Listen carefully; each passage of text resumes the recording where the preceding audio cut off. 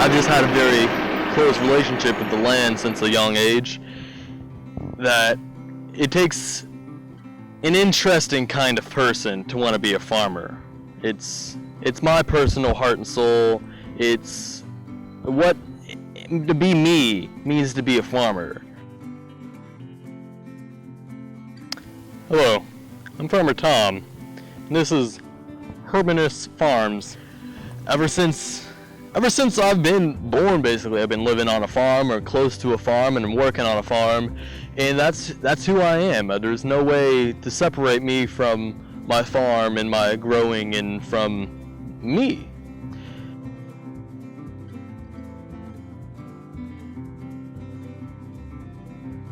So I know there's a lot of farms out there, and with Americanization of the produce and the crops, that you'll see so many mega farms, just square miles and acreage and hectare acreage of just the same produce over and over again. And that has really stopped competition and other farms coming up. Like, the number of farms has decreased drastically in the past few decades. So I'm unfortunate to say I don't make a lot of money. I make probably $30,000 to $40,000 a year, depending on my output, and that's highly variable with what I decide to produce that year and how favorable the growing conditions are.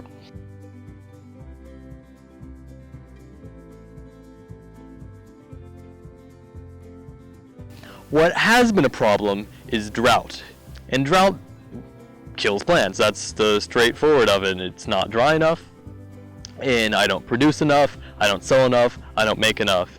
And those are very tough years, and that's when you see the small farms starting to shut down after a very unsuccessful year. There is, of course, chemistry and physics and biology involved in the whole growing process, but I like to use my own special blend of compost. It's basically the food scraps and produce scraps, but it produces a very loamy, a very fertile, phosphorus and nitrogen enriched soil, which I can then mix in with the growing and normal soil of my plants. When you have a highly enriched soil, it's important though that you grow the correct crops in there.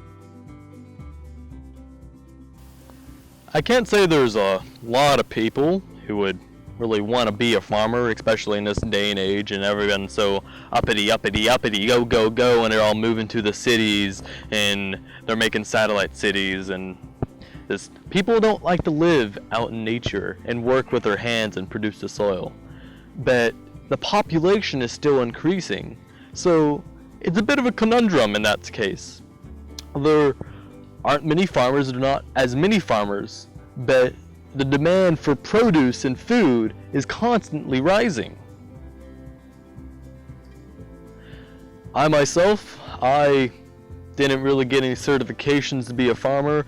The only certifications and qualification that I get is an annual checkup on my farm during the middle of the growing season to make sure that my food is within code and there's not any very bad pollutants or fertilizers on the food which would get people sick or ill.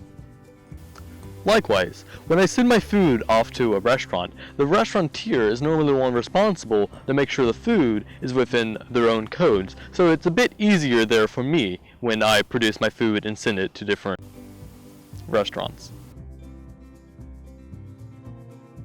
To learn how there's so many people, so many youth that don't understand where their food comes from, don't understand the hard work that goes into it, especially by smaller farms.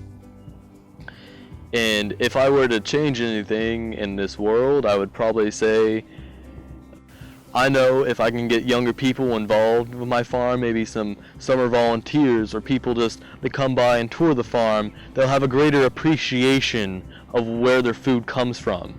And knowledge about where your food comes from is the first step to a more populated society. I meant to say more intelligent, but not populated.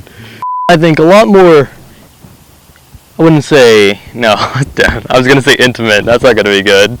I'm so glad that the Nanny Filming Company can investigate my farm, and I'm happy to tell you about it. That's very racist, trust me.